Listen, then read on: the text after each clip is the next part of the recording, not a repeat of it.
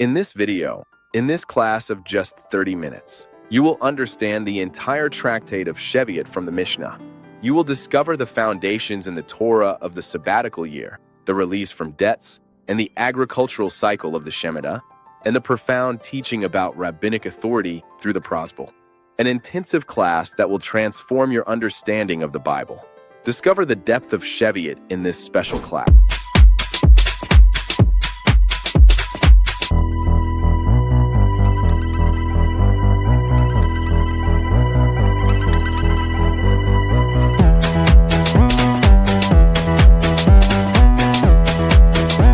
Shalom, shalom. It is a pleasure to have you here once again on this channel, your channel, our Mishna TV. Today we continue with this monumental project we have undertaken to study each of the tractates of the Mishna in just 30 minutes each.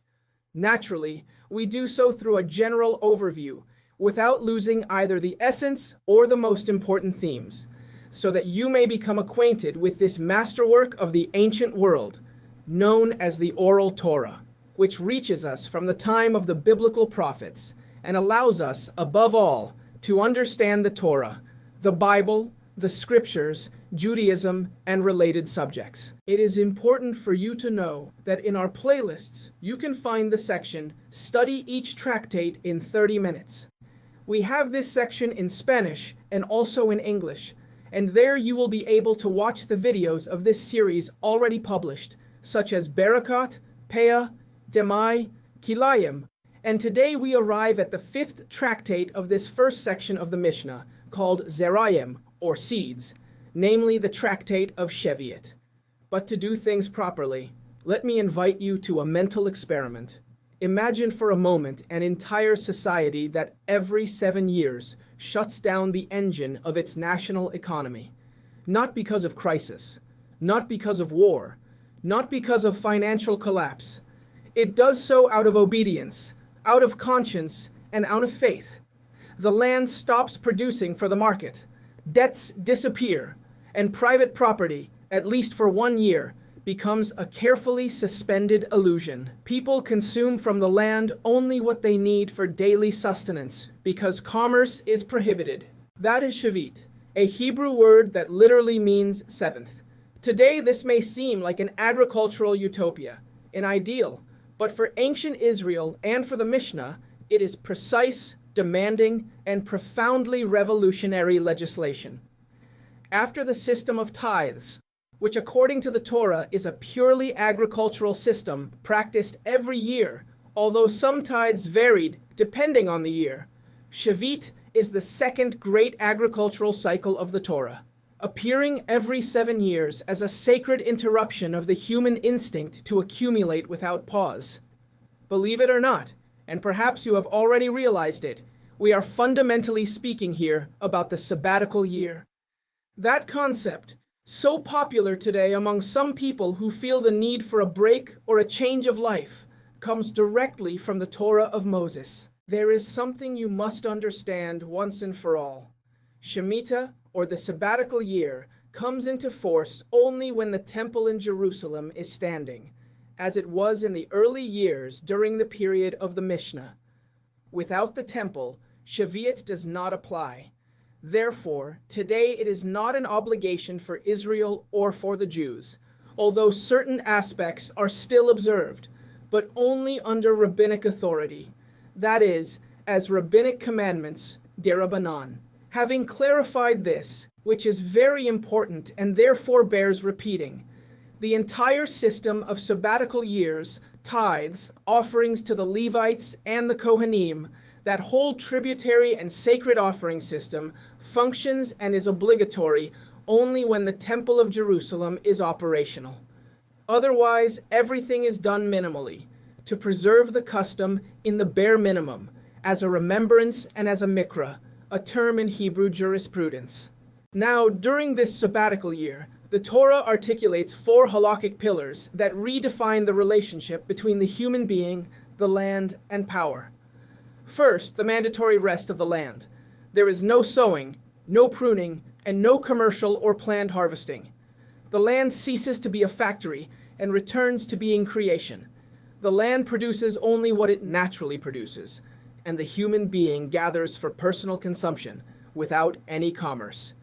Second, hefker, a term in rabbinic jurisprudence referring to an object or product without an owner. The fruits belong to no one. The fields open up, fences lose their meaning, and rich and poor eat from the same tree. Private property is relativized without violence solely by law. It is a year of rest for all who live in the land of Israel, both Jew and non-Jew. It is as though the Torah were sending a message to the entire people, rich and poor, Jews and foreigners, that we are all equal. Third, kedushat Shevi'it. The produce acquires a special sanctity that regulates how it is used, how it is consumed, and above all, how it is not traded. Not everything that is sacred is sold. It is noteworthy that all the products of this year possess a special sanctity. What is the Torah telling us through this? And fourth, shemitat kesafim, debts are cancelled. The financial system receives an uncomfortable reminder. The economy exists to serve life, not to enslave it. Imagine that in our current world, every 7 years, all the debts you have on your credit card, for example, were forgiven. Something like that powerful, is what the Torah demands in the Sabbatical Year. Shevi'it is not merely a legal tractate. It is an X-ray of the Torah's economic and social model, a deeply conscious agricultural and distributive ethic, a clear theological statement about who the true owner of the land is, God himself, and an eternal lesson about the balance between productivity and rest. In total, this tractate has 10 chapters, yes, but a single question runs through all of them. Can a society be prosperous without forgetting that nothing truly belongs to it? This is Abel Flores speaking, grateful that you are here. Do not go away, we are just getting started. Now, before we begin with the Mishna, let's start with the source of all authority, the Torah of Moses.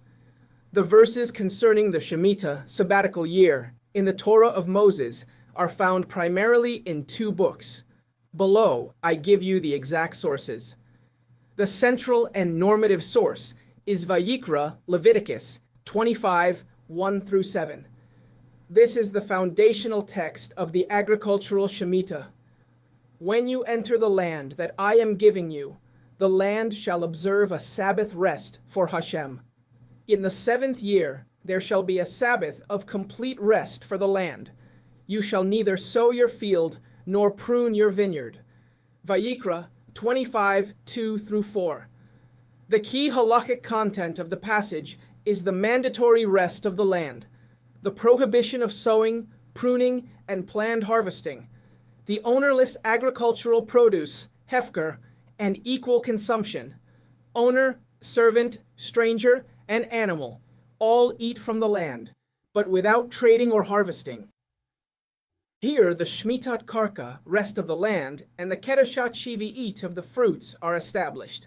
But we also have information in Devarim, Deuteronomy 15, 1-11. This passage introduces the economic and social dimension. At the end of every 7 years, you shall grant a release. Every creditor shall release what he has lent to his neighbor. Devarim 15, 1-2. The key halakhic content here is the following: the cancellation of debts, shemitat kesafim, the prohibition of pressuring the debtor, and the moral obligation to continue lending even as the 7th year approaches. Here the shemitat ceases to be merely agricultural and becomes a mechanism of structural social justice. There are also complementary references. In Shmot, Exodus 23, 10-11, it says, "For 6 years you shall sow your land, but in the 7th year you shall let it rest and lie fallow, so that the poor of your people may eat."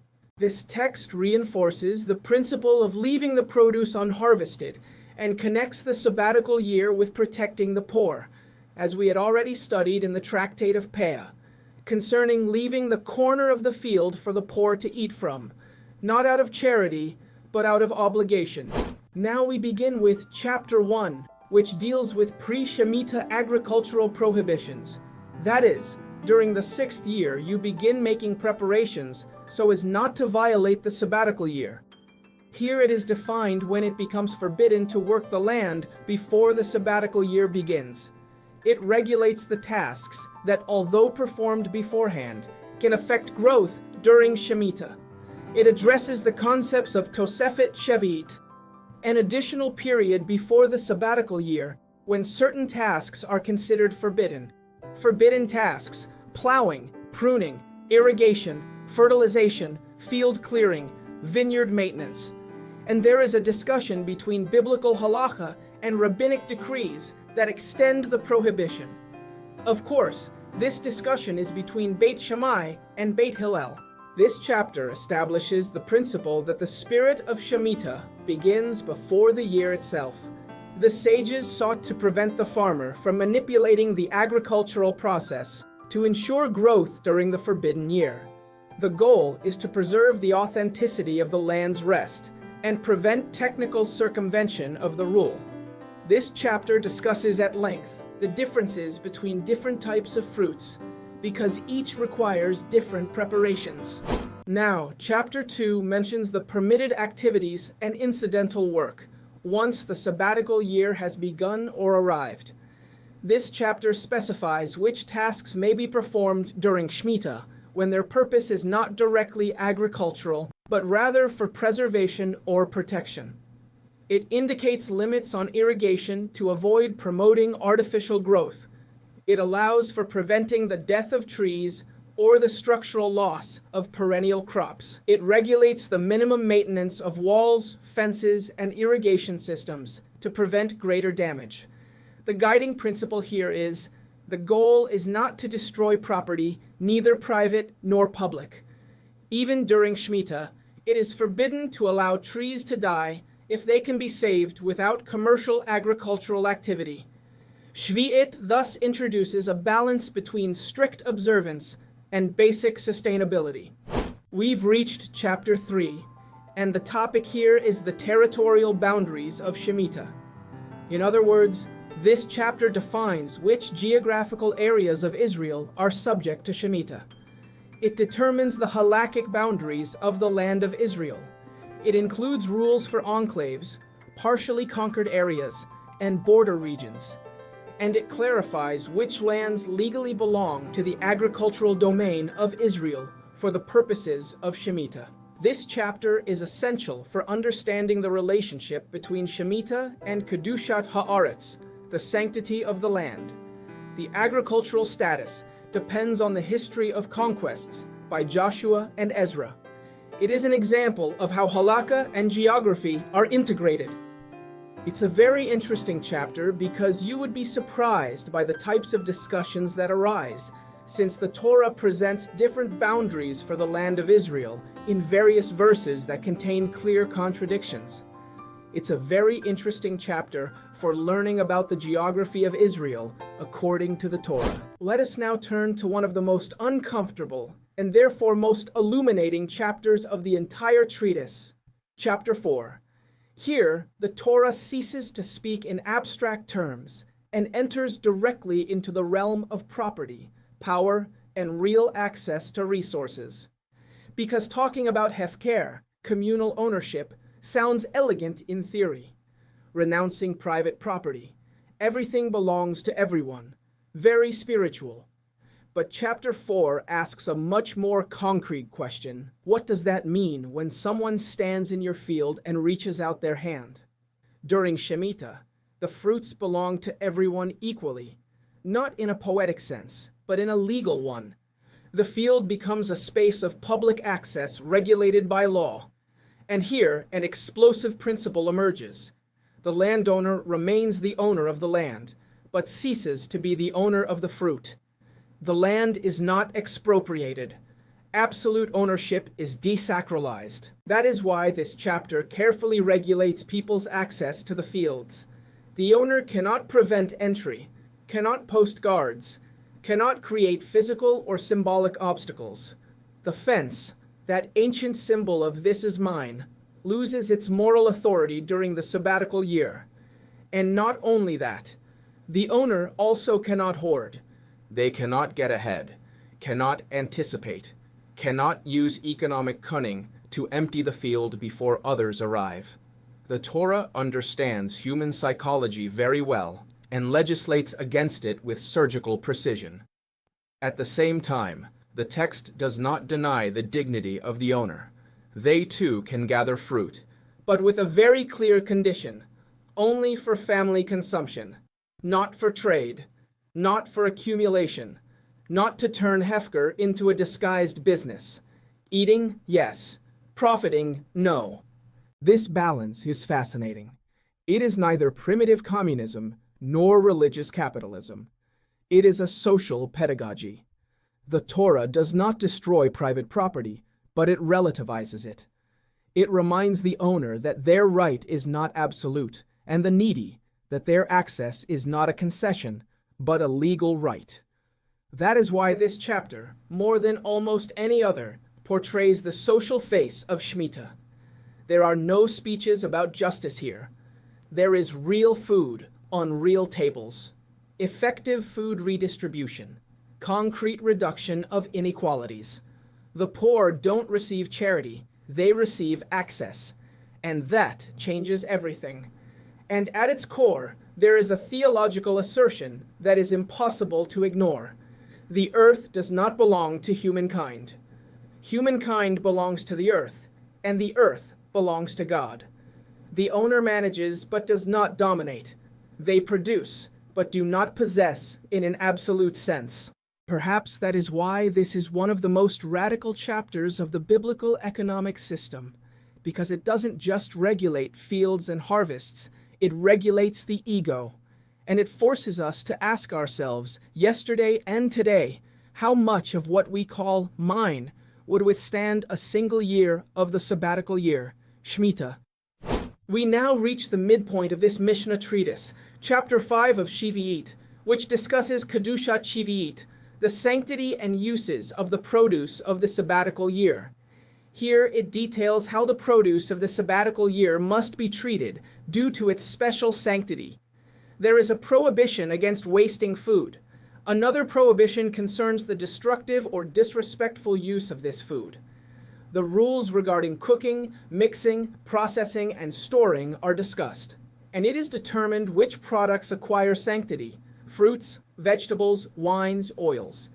The agricultural sanctity of Shemitah is not symbolic.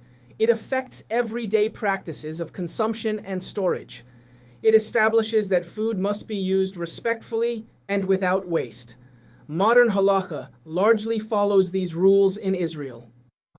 During this short break in the middle of the class, we want to let you know that if you would like to make a donation, you can do so by scanning the QR code you see on the screen, or by clicking the link below in the description. I personally thank you very much for your contribution. We now arrive at a chapter that makes any modern economist nervous. Chapter 6. Here, Shemitah ceases to be an agricultural or social experience and becomes a direct intervention in the market. Not on the morality of the merchant, but on the very structure of the economy. This chapter focuses on an idea as simple as it is explosive. Products possessing Shemitah sanctity cannot be turned into commodities. They cannot be sold commercially. They do not generate economic profit. They do not enter the normal cycle of profit making. And this is not an ethical recommendation. It is a legal prohibition. The Torah distinguishes with admirable precision. Eating is permitted. Limited exchange under certain conditions is also permitted. But trading, in the classic sense of buying low and selling high, is out of the question. Fruit with kedusha, holiness, cannot be transformed into capital. It has value, but no price. Therefore, the chapter carefully regulates exchanges, prices, and the limits of what we might call incidental sales. Not all transactions are eliminated, but they are stripped of any profit motive. The market continues to function, but at a minimum volume, almost a whisper. At the same time, the treatise clarifies which products can be sold. Those that are not of Shemitah origin, those that come from areas not subject to the sabbatical year, or those that belong to different production cycles. Halakha, Jewish law, does not confuse sanctity with chaos. It knows exactly what to restrain and what to permit. Here, the true macroeconomic impact of Shemitah becomes apparent. The formal agricultural economy is drastically reduced. There is no expansion, no growth, no accumulation.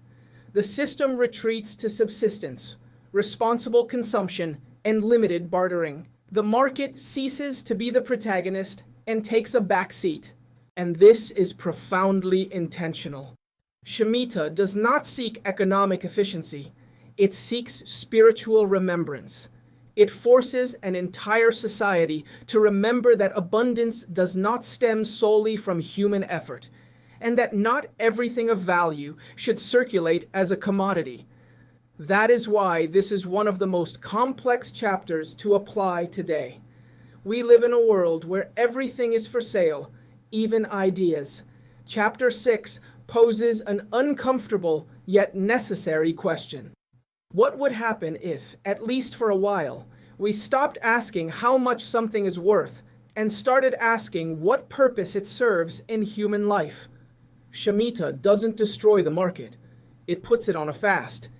And like any well-observed fast, it doesn't impoverish, it reveals. There is a moment during the sabbatical year, Shemitah, when the question ceases to be what you can take from the field and becomes what you can keep in your home. That moment is called biur, and chapter 7 is dedicated with great precision to regulating that uncomfortable moment when the private pantry comes into tension with the common good. The idea is surprisingly simple.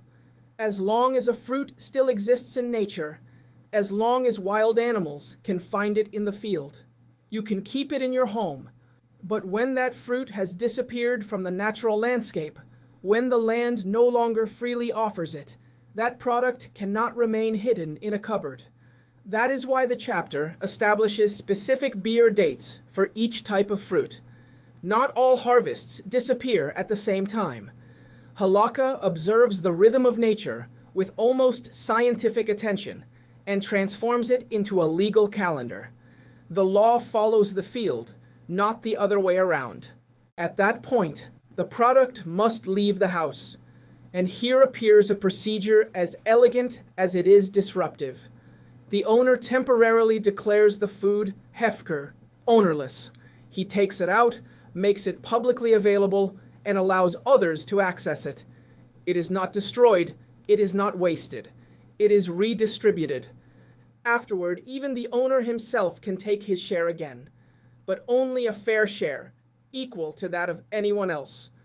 During that moment, the illusion of possession is broken. The food becomes everyone's again, even if only for a few moments loaded with meaning.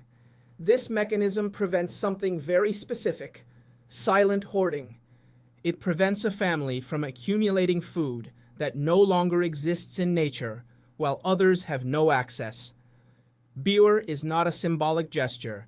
It is a social discipline, an anti-monopoly ethic embedded in religious law.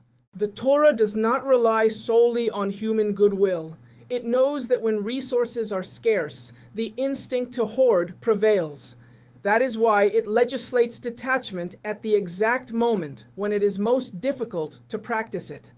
Chapter 7 teaches us that holiness consists not only in ceasing to produce, but in knowing when to let go.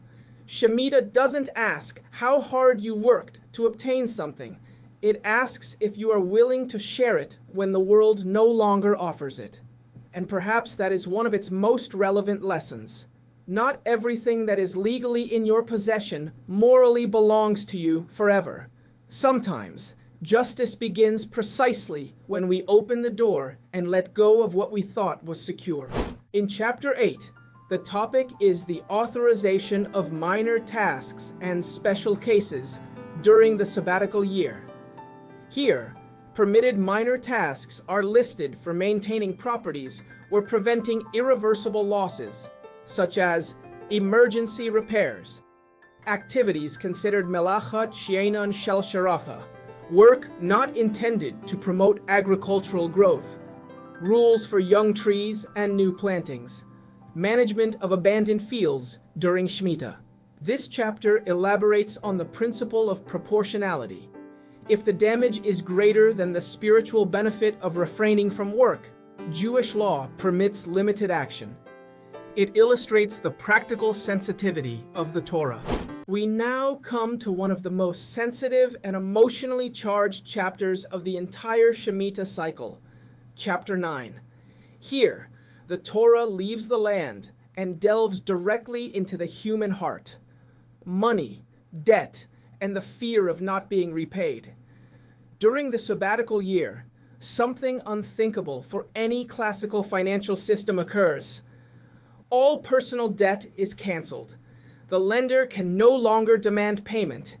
There are no lawsuits, no legal pressure, no uncomfortable reminders. The law frees the debtor. And yet, the Torah does not destroy ethics. The debtor is still morally obligated to pay if they can. But note the subtlety of the system. The moral obligation remains. The legal obligation disappears. The person is no longer a hostage to their financial past. The objective is clear: to prevent chronic indebtedness, to prevent a person from being trapped for life in a cycle of unpayable loans. Every 7 years, the system presses the reset button, not out of economic naivete, but out of structural compassion. But the Torah also understands the psychology of the lender. It knows that if debts are canceled, people will stop lending. And here enters one of the most brilliant decisions in the history of Jewish law. The prozbul. Instituted by Hillel, the prozbul transfers the debt to the court. It is no longer a private debt, but an institutional one. Thus, the lender can collect even after Shemitah, and credit does not come to a standstill. Society continues to function. This chapter is a masterful lesson in balance. Social protection without economic collapse. Compassion without naivete. Legal firmness with moral flexibility. Shemitat kesafim does not deny economics. It humanizes it. And it reminds us that a just system is not one that never lends, nor one that never forgives, but one that knows exactly when to do each. We've reached chapter 10, the last one, and it's not a theoretical epilogue, it's the landing. Here, Shemitah leaves the ideal and definitively enters real life, with real people, real conflicts, and decisions that aren't always clear. This chapter brings together the final rules that allow us to close the sabbatical year cycle with order and responsibility. It begins with the required formal declarations. Not everything is resolved with internal intention. There are words that must be said, statuses that must be defined, and situations that need legal clarity to avoid abuse and confusion. Then the conflicts arise. Landowners and harvesters. Legitimate access versus misuse. Good faith versus opportunism. The Mishna doesn't idealize anyone. It assumes that where there are shared resources, there is friction. And that's why it offers legal frameworks to resolve disputes without violence or arbitrariness. The chapter also delves into everyday details, domestic use of the produce, cooking, transportation, and permitted storage. Because holiness doesn't reside only in the field. It lives in the kitchen, in the pantry, and on the way home. Shemitah accompanies the fruit to the very last moment. Borderline cases also appear. Genuine doubts, gray areas, differences between regions, local customs, and decisions of community courts. Here, Halakha shows its most human face. Not everything is written in advance, and not all lands behave the same way. That's all for today's class. Shalom. Here's the playlist for the free Mishna course.